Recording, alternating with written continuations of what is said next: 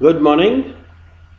आज हम बात करते हैं वर्ड्स एंड फिगरेटिव एक्सप्रेशंस की। अब ये क्या होता है?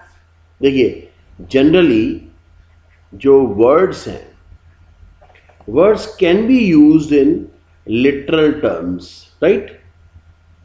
जो उनके एक्चुअल मीनिंग होते हैं, लिटरल मीनिंग होते हैं, राइट? जैसे मैं एक सेंटेंस लिखता हूं, माई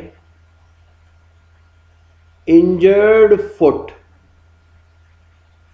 राइट? यहां फुट का मतलब है पैर, वो पैर मेरा जो चोट खाया हुआ है। अब यही वर्ड लिटरल सेंस की जगह अगर फिगरेटिव सेंस में लिखना हो तो, अब फिगरेटिव मैंने क्या, जैसे अब मैं एक उदाहरण देता हूं, एक सेंटेंस लिखता हूं कि मैं कहूं the foot of the mountain. अब यहां पर जो फुट वर्ड है वो पैर नहीं है। अब यहां पर फुट वर्ड का जो लिटरल मीनिंग है वो यूज नहीं हो रहा, यहां पर फिगर्स यूज हो रही है, फिगरेटिव एक्सप्रेशन है। और यहां फुट का मतलब है बेस या lower part. Are you getting me? Very good. ऐसे और भी उदाहरण है। देखिए, एक एग्जांपल और लिखता हूं, आप देखना, the foot of a page.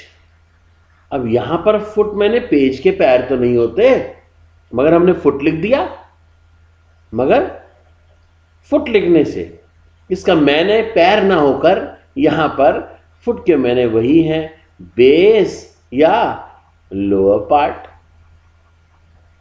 ऐसे कई वर्ड्स यूज होते हैं फिगरेटिव सेंस में।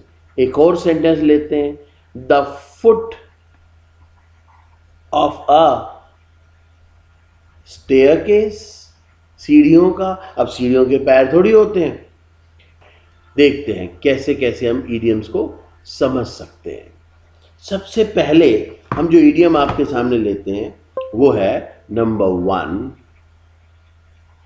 Burn the midnight oil.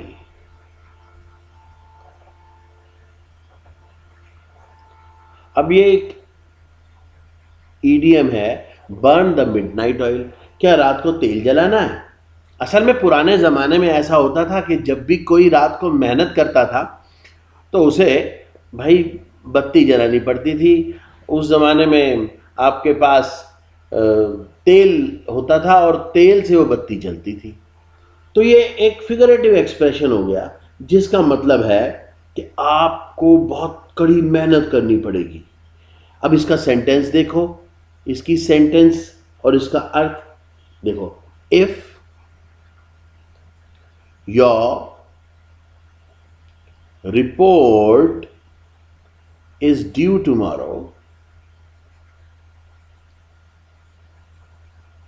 अगर आपको कल रिपोर्ट देनी है, and you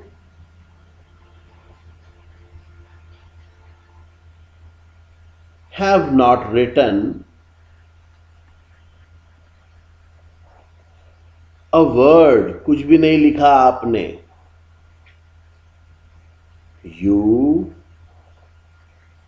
will have to, क्या करना पड़ेगा?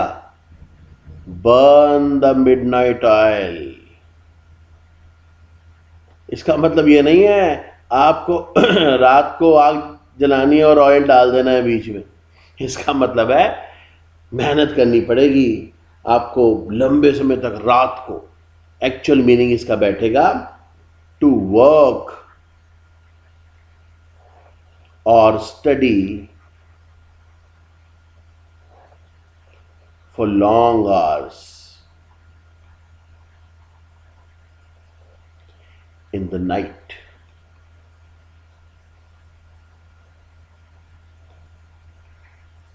Okay.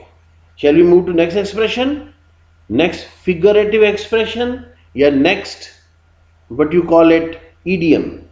Now it is bury the hatchet.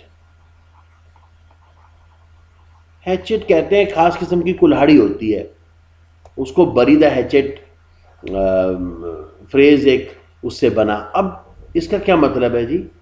क्या आपको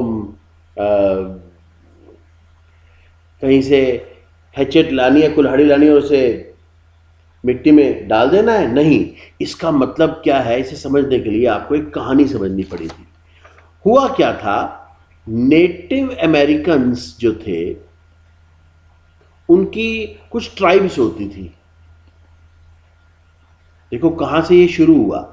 उनकी ट्राइब्स में जब चीफ्स आपस में लड़ते थे, फाइट्स होती थी, तो उनके पास वेपन्स होते थे। और उस जमाने में वेपन क्या होता था? हैचेट, कुल्हाड़ी।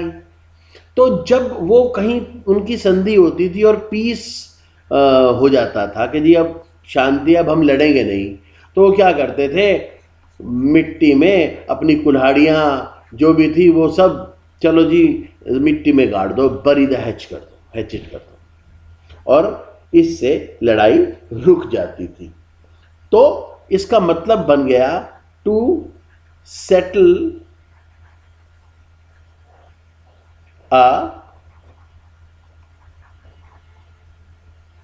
डिसएग्रीमेंट, किसी डिसएग्रीमेंट को सेटल करना, एंड मेक पीस, और शांति स्थापित करना। ये इसका मतलब बैठ गया। क्लियर हो गया? कहानी से याद रह जाएगा, बरी the hatchet. Now next idiom is very important idiom, और बड़ा इंटरेस्टिंग ईडियम भी है। इसका नाम है, इसको लिख सकते हैं हम, बसमैन्स हॉलीडे। ये क्या मतलब है जी? बसमैन हॉलीडे क्या होता है? ऐसा है, एक बार ऐसा हुआ कि एक बस ड्राइवर को कहा गया, भाई साहब आपकी कल छुट्टी है, कल हम सारे छुट्टी मनाएंगे, और क्या करेंगे, हम पिकनिक मनाने जाएंगे। अब बस वाले ने तो सिर पकड़ लिया, छुट्टी है और मुझे पिकनिक पे जाना है, तो मुझे तो गाड़ी चलानी है, मेरे को कहाँ छुट्टी मिली। तो जब किसी को छुट्टी मिल जाए इस तरह की, तो उसे कहते हैं बसमैन्स हॉलीडे। देखो सेंटेंस, इसका मीनिंग क्या बनेगा पहले देखते हैं, कि वो holiday spent in an activity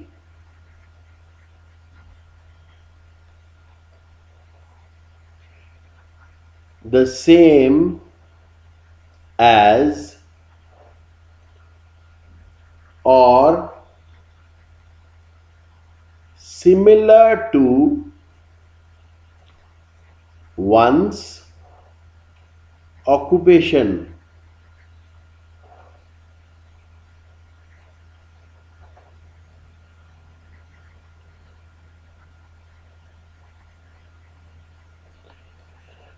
मतलब जिस काम का काम हो, जिस चीज़ का काम हो, कारपेंटर को कहा जाए कल छुट्टी है बेटा, वो कह ठीक है। अब घर आया तो उसकी बीवी ने कहा कि ऐसा है, घर पे कुछ किवाड़ टूटे हुए हैं, कुछ खिड़कियां टूटी हैं, आज ठीक कर दो, आज तो छुट्टी पे हो। तो ये हो गया बसमैन्स हॉलीडे। नेक्स्ट देखिए, बड़े इंटरेस्टिंग, पर जब तक कहानी नहीं समझ में आएगी ना, ये याद भी नहीं होंगे। अब एक अलग बड़ा इंपॉर्टेंट एक्सप्रेशन है, वो है कम होम टू रूस्ट। बहुत पुराना एक्सप्रेशन है। इसके मायने समझने के लिए मुझे लगता है आपको इंग्लिश की जो सबसे पहली किताब है उसका रेफरेंस देना पड़ेगा। इंग्लिश की जो सबसे पहली किताब है बच्चों, उसका नाम है first book, the Canterbury tales. अब देखना आपको समझ में आएगा इंग्लिश का सिस्टम। कैंटरबरी टेल्स ये पहली किताब है, और इस किताब के जो राइटर हैं उसका नाम है जेफरी चौसर। अब उनको रिस्पेक्ट से हम सर भी बुलाते हैं क्योंकि जी पहली किताब लिखी है। अब इस किताब में इन्होंने बड़ी सारी कहानियां लिखी। अब उसमें से एक कहानी थी पार्सन की कहानी, द पार्सन्स टेल। पार्सन कहते हैं चर्च से संबंधित किसी काम में रहता है। अब पार्सन की कहानी क्या थी, अब देखो उनकी लैंग्वेज समझना जो चौसर ने लिखी थी तो आपको मीनिंग समझ में आया। वो चौसर में लिखता है इसमें कि and after time switch curses wrongfully returned again to him that cursed as a bread that returned again to his own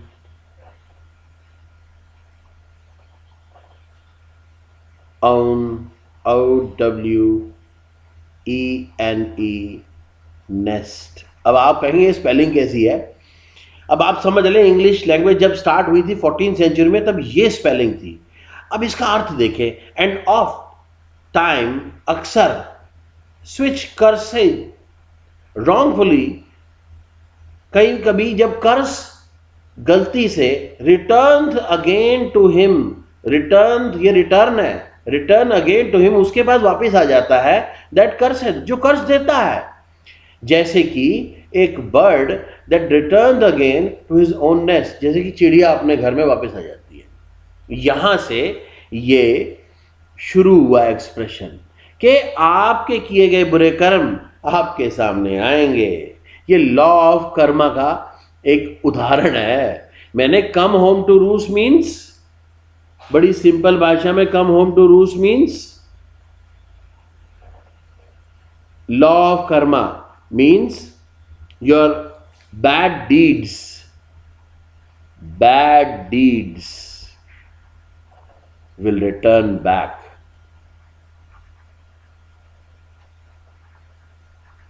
बूमरैग की तरह, वो बूमरैग होता है ना, फेंका और वापिस आया, ये वही है कम होम टू रूस्ट। और ये वर्ड कैसे यूज करेंगे सेंटेंस में एक बार ये भी देख लो, हाउ टू यूज दिस। देखो इसे इस तरह से यूज कर सकते हैं कि if you don't study daily, your laziness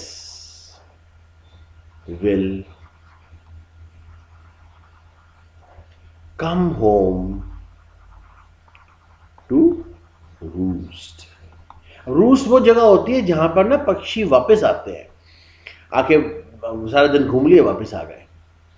तो ये टर्म इस तरह से इनके मायने बनते हैं और ऐसे बड़े सारे वर्ड्स हैं जो हम कर सकते हैं और उनको समझ सकते हैं। आज की टर्म्स इतनी थी। Thank you very much. Good day.